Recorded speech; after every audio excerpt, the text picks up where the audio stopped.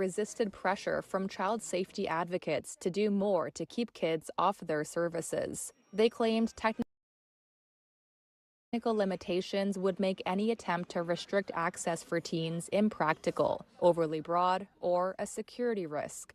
Now, as a growing list of governments has concluded those hurdles are not insurmountable, they're pushing ahead with age-checking requirements. Recent advancements in AI have boosted the effectiveness and slashed the cost of age-gating tools, according to Reuters interviews with over a dozen regulators, child safety advocates, and independent researchers. Social media companies can often confidently guess a person's age group using digital breadcrumbs like the year an account was established or the type of content it views.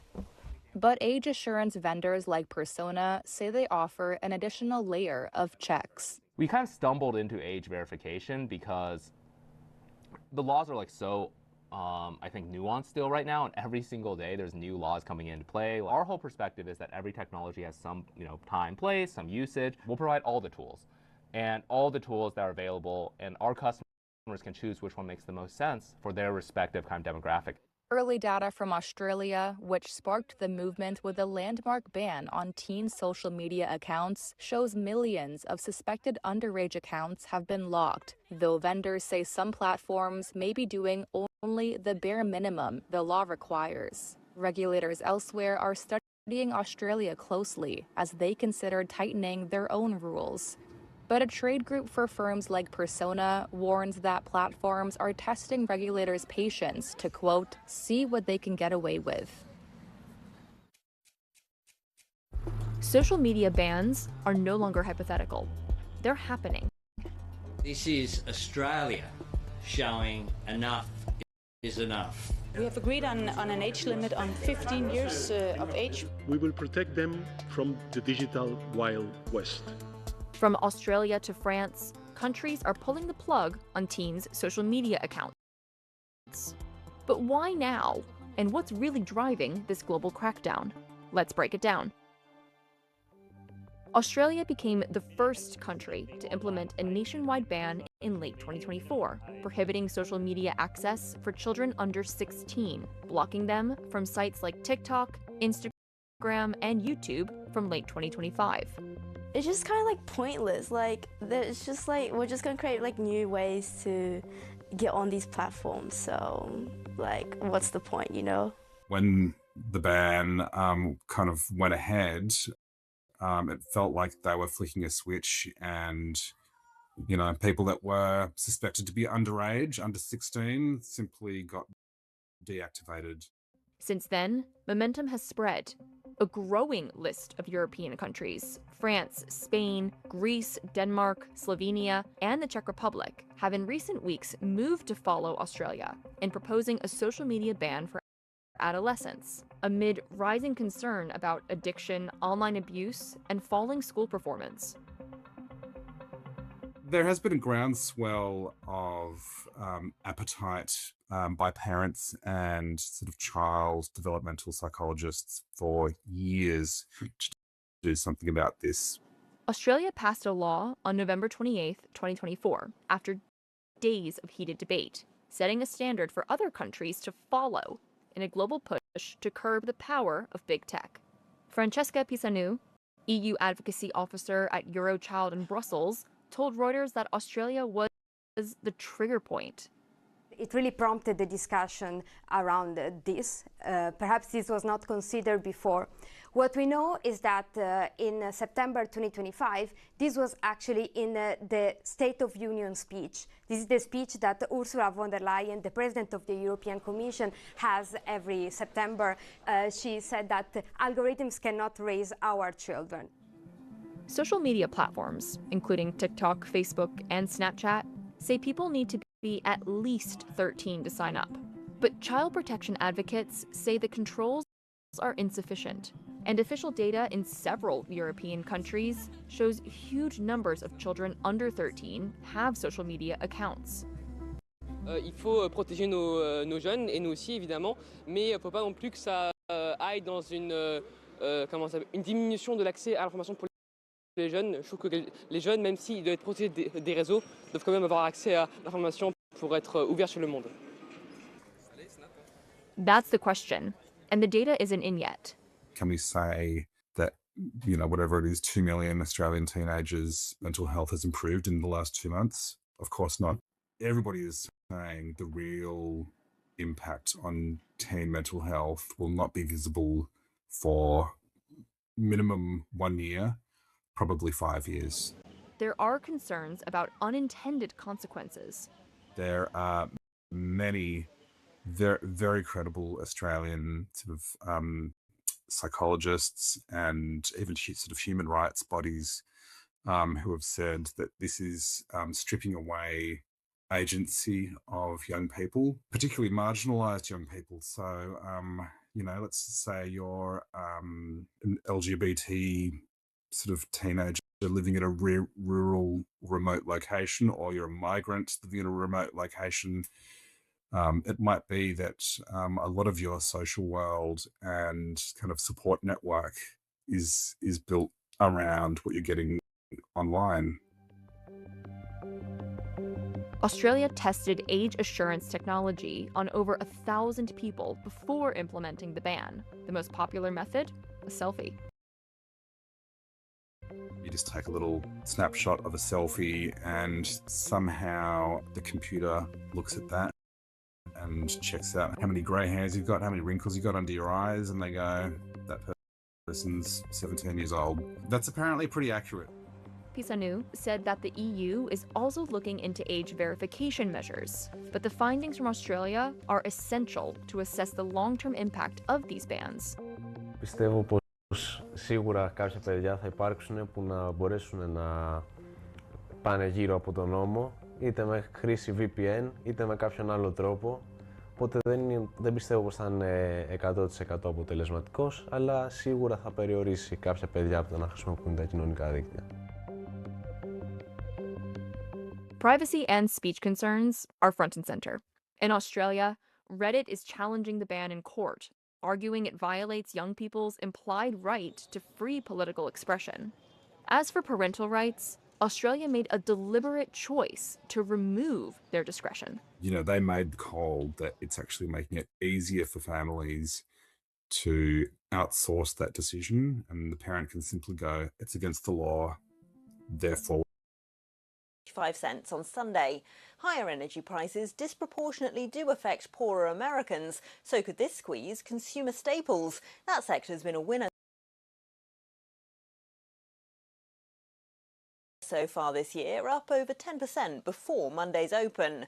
Well, Adam Phillips is Managing Director of Investments at EP Wealth Advisors. Adam, where in the economy will $100 oil bite the hardest? Well, for the last couple of years, we've been talking about the K-shaped consumer, and this is really kicking that lower part of the K while they're already down. We know that they've been struggling with higher interest rates, with a softening job market. And so add on top of that the fact that we're seeing gas prices at $3.45 a gallon on a national average. That's up 15% week over week. That's the highest since Hurricane Katrina in 2005.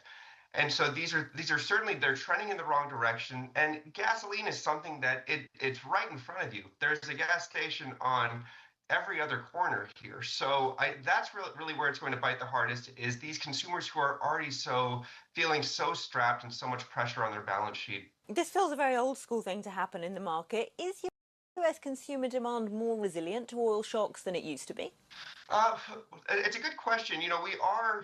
The old playbook was that there was a lot of vulnerability when we saw supply shocks, specifically in oil prices.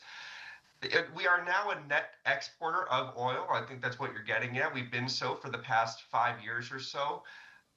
I think that means that the economy is a little bit more resilient, but I would also caveat with the fact that we've seen over the last few years, we actually drew down our strategic petroleum reserves, and so they are now down about close to 40% from peak.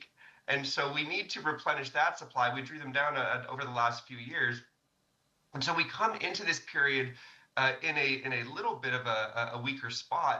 But I would also just go back to the fact that the consumer doesn't know and probably doesn't care that we are a net exporter of oil. If these are gas prices are really smacking them in the face wherever they go, I think that's what ultimately could weigh on psyche. And as we know, when we talk about the consumer and their willingness and desire to go out and spend, so much comes down to confidence. What does a more cash-strapped shopper then mean for consumer goods companies and retailers? Is this good for retailers at the lowest end as people trade down, or will customers be hard hit across the board? So we own a few more defensive types of retailers and discretionary companies, one of them being McDonald's, one of growth. This is coming just as the trade uncertainty picture had been improving for retailers and consumer goods firms. Now they need to worry again about disruptions to the supply chain, not just in energy, but of commodities, and hit people at the grocery market instead. And so this is something that really comes at a tough time for the economy. One of the things that I've been watching is the fact that savings rates were already low. How should you position then if we're suddenly going back into a much higher inflation environment? Yeah, well, hopefully this is this conflict is short-lived. I think it's already it shows no signs of abating as we're talking here this morning. But you know, the way that we're positioned is we came into this year and therefore this conflict focused on diversification. That meant underweighting technology magnificent seven that has been driven so much by AI,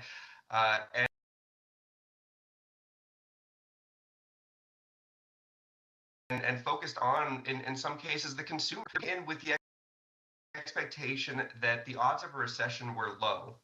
And we still believe that's the case. If this drags on, we will be watching for a number of trends. Last Friday's jobs report certainly, it got my attention, the fact that we lost over 90,000 jobs. If you don't round that unemployment rate, you are 1/100th of a percent away from 4.5% on the unemployment rate. And so things are moving in the wrong direction. Is this just one print, or is it the start of the trend? Right now, we are very diversified across sectors. We are more neutral, and we think this can go either way when it comes to the consumer. That was Adam Phillips of EP Wealth Advisors. Don't forget, you can watch more videos on Reuters.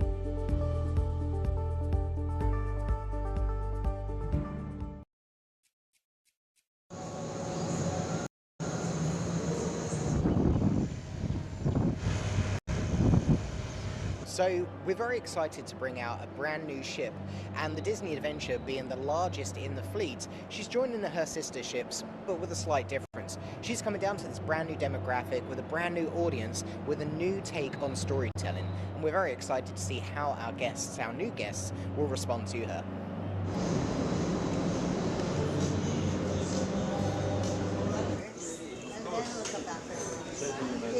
Our team's main goal in designing the Disney adventure is to bring over 100 years of Disney storytelling to this region.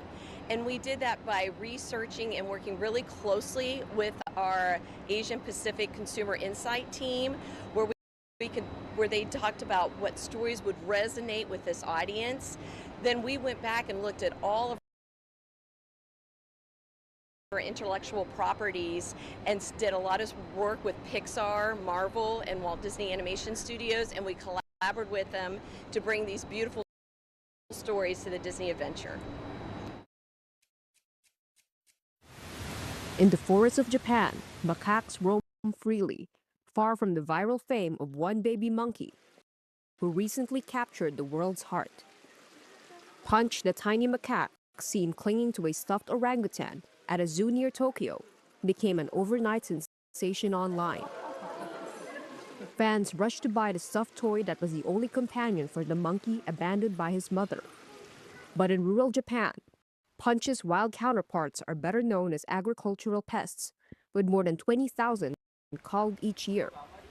That makes Takumi Matsuda a rarity among farmers. The apple grower has spent years documenting the animals he loves, hoping to change perceptions. A lot of people only know about the Japanese macaques in zoos. They rarely get to go and see them in the wild. I think that's where this difference in point of view comes from. So I really hope that Punch will be a starting point for a lot more people to go and see real Japanese macaques living in the wild. His mentor, Kyoto University primatologist Takaya Soma, says Punch's cuteness masks a harsher reality. I'm very grateful that people are falling in love with Japanese macaques because of how cute Punch is. However, in Japan, these monkeys are being trapped and killed because of the damage they cause to crops. Last year, Matsuda recorded a mother and a baby caught inside a trap. The mother survived, but the baby died after a week of confinement.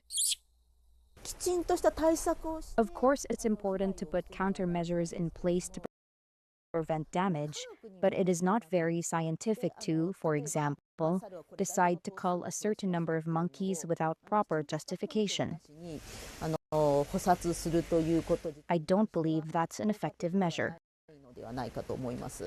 Matsuda's own orchard is far enough from the mountains to avoid damage, but he understands why frustration runs deep among farmers. It can hurt your livelihood when monkeys eat your valuable crops. It's not that people hate the monkeys, but they harbor those kinds of feelings towards them. When they think about their livelihoods becoming impossible.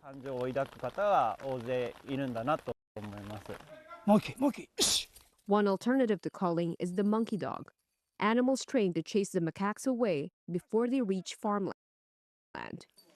Takahiro Isumoto is a dog trainer. If there are monkeys around, she can tell from the scent and from the sound of their calls. So we say, "Monkey, monkey," and release her. She's there in no time. We can cover the whole mountain, although it's hard going for humans. Isumoto believes electric fences, buffer zones, and forest clearing can also help. While the challenges are growing, he says killing should never be the first option.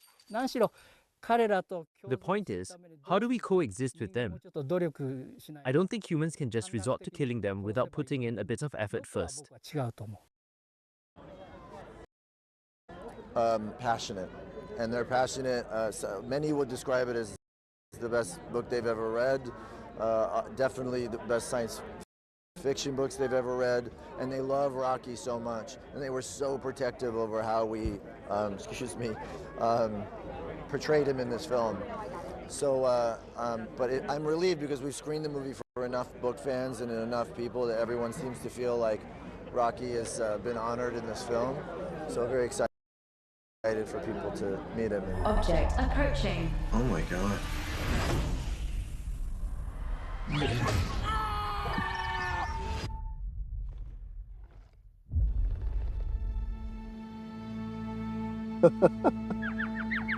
There was a lot on Ryan's shoulders, and our job was just to set him up for success, give him scene partners, whether they be wonderful actors like Sandra or puppeteers and robot arms and ship voices, and just trying to make sure that we kept it fun and playful. There are very few actors who I think could pull off what he was able to do, blending comedy and drama and emotion and a real honest, beautiful performance. I was so lucky that we had him as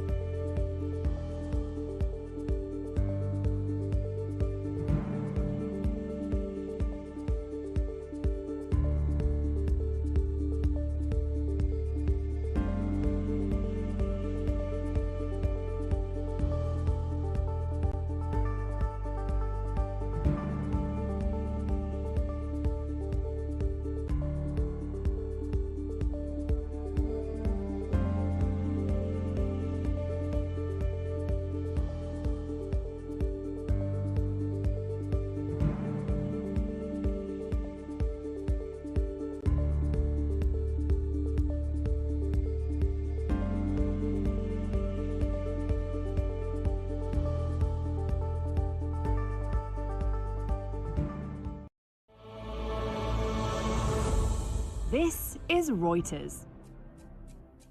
They'll get hit at a much, much harder level. US President Donald Trump said Monday that he would escalate the conflict with Iran if it blocked oil shipments from the Middle East. At the same time, he predicted the war would end quickly. Trump's warning came after a volatile day in global markets, with oil prices soaring and diving in line with news reports. Concerns grew that Iran's security establishment was rallying behind new Supreme Leader Mojtaba Khamenei and wouldn't back down. Trump said US strikes had already caused major damage to Iran's Air Force and Navy. He then issued a strong warning about what would happen if Iran continued to block the Straits of Hormuz, a route for 1/5 of global oil. We have a lot of Navy ships there. We have the best equipment in the world, inspecting from mines. Again, most of their ships are down at the bottom of the sea, but we will hit them so hard that it will not be possible for them or anybody else helping them to ever recover that section of the world. In response, Iran's Revolutionary Guard said they would not allow 1 liter of oil to leave the region if US and Israeli attacks keep going. The country's state media showed thousands rallying in support of the new supreme leader in the capital, Tehran. The Shiite cleric is the son of killed leader Ali Khamenei and has strong support from Iran's security forces and their associated business network. However, while some Iranians hailed the choice, others feared it would dash hopes for change.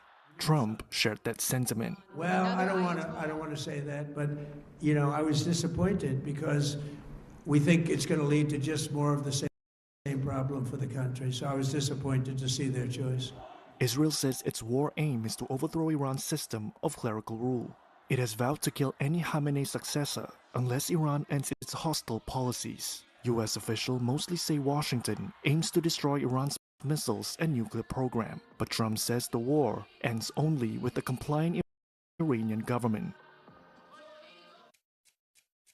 We're going to have a much safer world as soon as it's finished, and it's going to be finished pretty quickly. U.S. President Donald Trump on Monday predicted a quick end to the war in the Middle East, even as Iran's hardliners staged a show of loyalty to new Supreme Leader Mojtaba Khamenei, and a sign that Iran was not prepared to back down anytime soon. The conflicting signals sent markets on a roller coaster on Monday, with oil prices surging and stock markets nosediving, before swinging back the other way after Trump told CBS News the war is, quote, very complete, pretty much. We've already won in many ways, but we haven't won enough. Earlier, Reuters reported exclusively, citing two people familiar with the matter, that Trump was expected to review options to tame oil prices, which soared to more than $100 a barrel on Monday due to the war against Iran. It comes as the White House worries that a surge in oil prices will hurt U.S. businesses and consumers ahead of the November midterm elections. Clayton Siegel is a senior fellow in the Energy Security and Climate Change program at the Center for Strategic and International Studies. I think you're going to see that nationwide pump price average get close to $4 a gallon. That's painful for consumers, and it's probably also painful for elected leaders, the politicians. The sources who spoke to Reuters about Trump's plans on condition of anonymity said one of the measures under discussion to bring down oil prices is a possible joint release of crude from strategic reserves, with counterparts from the group of 7 major economies. Other options include restricting U.S. exports, intervening in oil futures markets, waiving some federal taxes, and lifting requirements under a U.S. law called the Jones Act that domestic fuel move only on U.S.-flagged ships. A third source told Reuters that administration officials progress, still they decided to attack us. So I don't think, talking with Americans anymore would be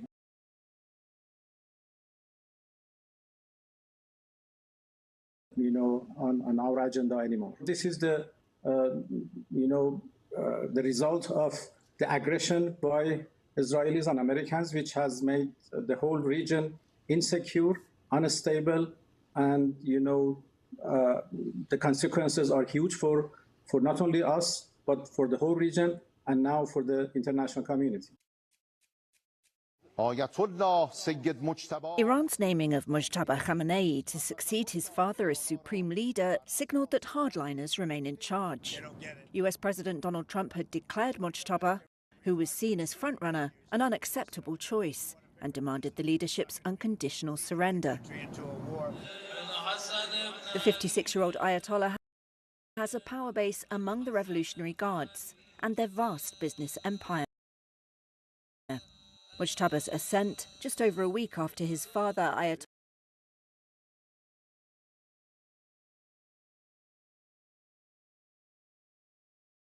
Ali Khamenei, was killed, appeared to close the door to a swift end to the US-Israeli war.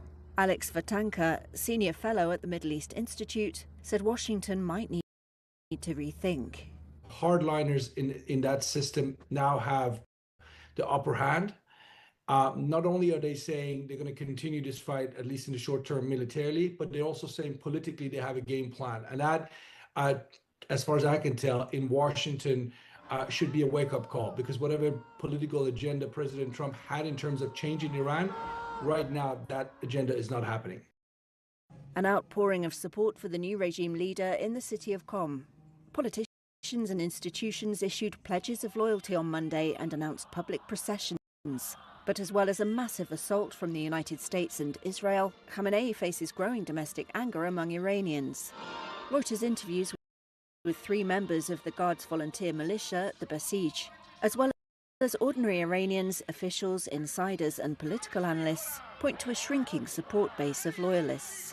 It doesn't bode particularly well for ordinary Iranians because they've had years of protests, they've suffered under the brutality of this regime.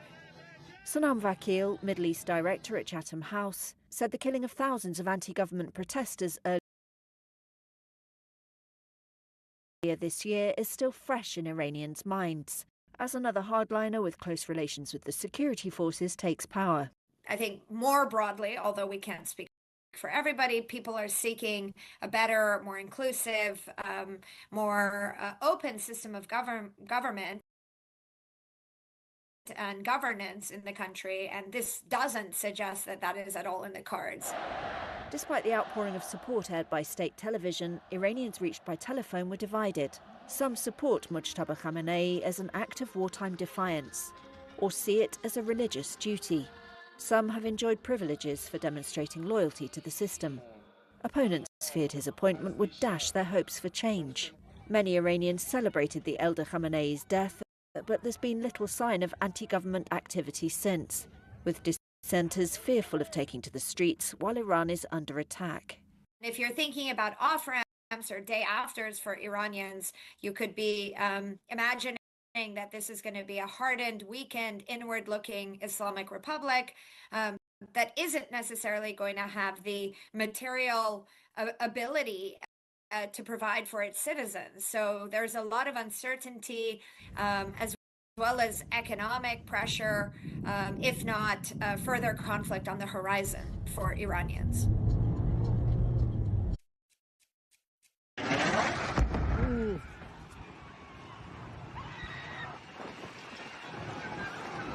Tomahawk missile likely destroyed that Iranian girls' school. So will the U.S. accept any responsibility? Well, I haven't seen it, and I will say that the Tomahawk, which is one of the most powerful weapons around, is used by, is sold and used by other countries, you know that. And whether it's Iran, who also has some Tomahawks, I wish they had more, but whether it's Iran or somebody else, the fact that a Tomahawk is very generic, it's sold to other countries, but that's being investigated right now. Protesters in Australia on Tuesday surrounded a bus said to be carrying some members of Iran's women's soccer team. It came amid attempts to keep the players. Terribly difficult situation with the decisions that they're making, but the opportunity will continue to be there for them to talk to Australian officials if they wish to. The team is in Australia for the Asian Cup tournament. They were labeled wartime traitors by Iranian state television for refusing to sing their national anthem before a game. Australian Prime Minister Anthony Albanese said help is available to the other players, but it was up to them to accept. Albanese also confirmed that he spoke to U.S. President Donald Trump about the team. President Trump rang me this morning just before 2 a.m. We had a very positive discussion. He was concerned about the Iranian women in the soccer team and their welfare and their safety if they returned home. He conveyed that to me. I was able to convey to him the action that we'd undertaken over the previous 48 hours, and that 5 of the team had asked for assistance and had received it and were safely located. Trump earlier said members of the team would, quote, likely be killed if forced to return to Iran, and that, quote, the U.S. will take them if you won't. After speaking to Albanese, he posted that the Australian leader was, quote, doing a very good job, having to do with this rather delicate situation. At this remote mountain pass, a steady stream of people cross into another world. This is the Kapakoi border gate, where Iran meets Turkey. Hundreds have crossed here in recent days in both directions, as the U.S.-Israeli war with Iran expands across the region. Some routes take days, battling phone blackouts and flight cancellations. Most arrive with little more than a small suitcase and a phone with no local SIM card. And each journey, marked by fear, exhaustion, and relief, tells a different story. Millet daha korkuyor ki çölü geçsin, yani yolları geçsin. Amerika'dan korkmuyorlar. Öz hükümetinden teessifiyle korkurlar. Ebrahim Adi emigrated from Iran 34 years ago. Now he lives in the Netherlands, working with asylum seekers and refugees. He had been making one of his roughly annual visits to his homeland when the war broke out. He may be leaving,